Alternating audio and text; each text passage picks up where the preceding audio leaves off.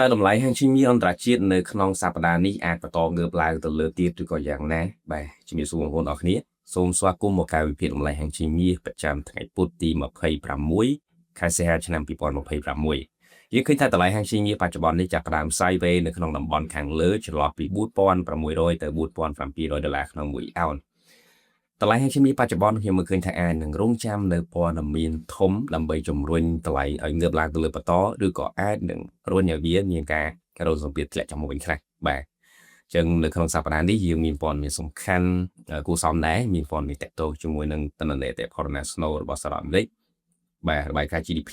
ក៏ដូចជាកិច្ចប្រជុំរបស់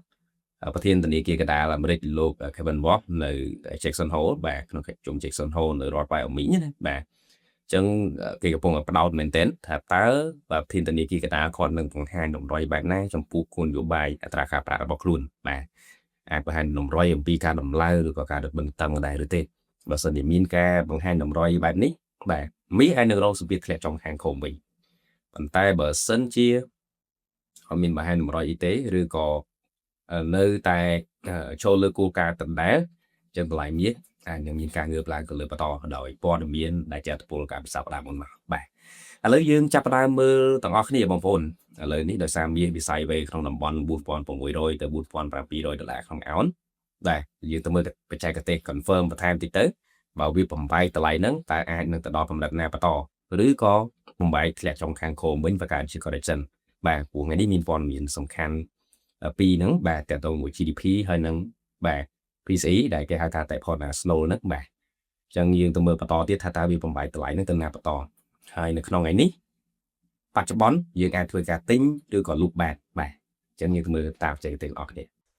បាទបងប្អូនអញ្ចឹងសម្រាប់មាសនៅក្នុងព្រឹកថ្ងៃពុធនេះគឺវាបាន sideways បាទហើយធ្វើការជួញដូរនៅក្នុងចន្លោះតម្លៃពី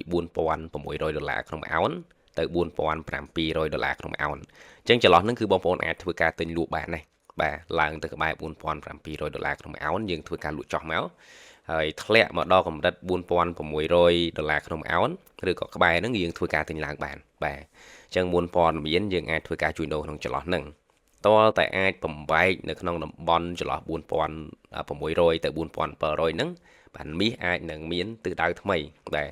បើសិនជាបំបែកទៅលើគោលដៅបន្ទាប់វានឹងទៅរក4775ដុល្លារក្នុងអោនបាទហើយបើសិនជាវាបំបែកទៅក្រោមវិញមាសហ្នឹងគឺអាចទៅក្រោមអាចមកខ្ទង់4500ស្ដើងនេះបាទខ្ទង់4508ដុល្លារក្នុងអោនបាទអញ្ចឹងគឺយើងចាំមើលបើសិនជាបំបែកមកក្រោមយើងក៏មើលកន្លែងលក់ចោះខាងក្រោមបន្តបាទតែបើសិនជាបំបែកទៅលើយើងអាចចូលមើលកន្លែងទិញឡើងទៅលើបន្តពួកមាសនេះបច្ចុប្បន្ននេះ sideways ហ្នឹងគឺនៅរងចាំព័ត៌មាននេះដែរហើយយប់នេះក៏យើងមានព័ត៌មានធំសំខាន់ចំនួន2ដែរតាក់ទងជាមួយនឹងរបាយការណ៍ PCE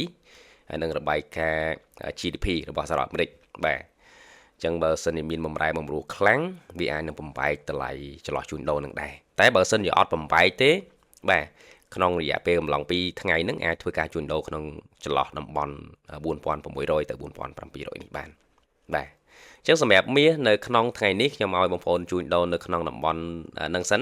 បាទសម្រាប់មាសនៅក្នុងព្រឹកនេះវិញយើងឃើញថាកំពុងតែមានការធ្លាក់ចុះមកខាងក្រោមបាទកំពុងមានការធ្លាក់ចុះមកខាងក្រោមអញ្ចឹងឥឡូវនេះផឹកមិញគឺយើងឲ្យធ្វើការ sell ចុះហើយបាទអញ្ចឹងយើងបងប្អូនដែលខកខានអីរងចាំទិញឡើងទៅលើវិញបាទរងចាំទិញឡើងទៅលើវិញបន្ទាប់ពីវាបានធ្លាក់មកក្បែរមួយកម្រិតទាបយើងចាំយើងធ្វើការទិញឡើងទៅបាទចឹងណាខ្ញុំនឹងអាប់ដេតបន្ថែមទៀតនៅក្នុងក្រុមរបស់យើងបាទសម្រាប់បងប្អូនដែលចង់បើកគណនីជួញដូរចង់សិក្សាស្វែងយល់ពីការទិញលក់ហាងឈីមាសបាទក៏ដូចជាការ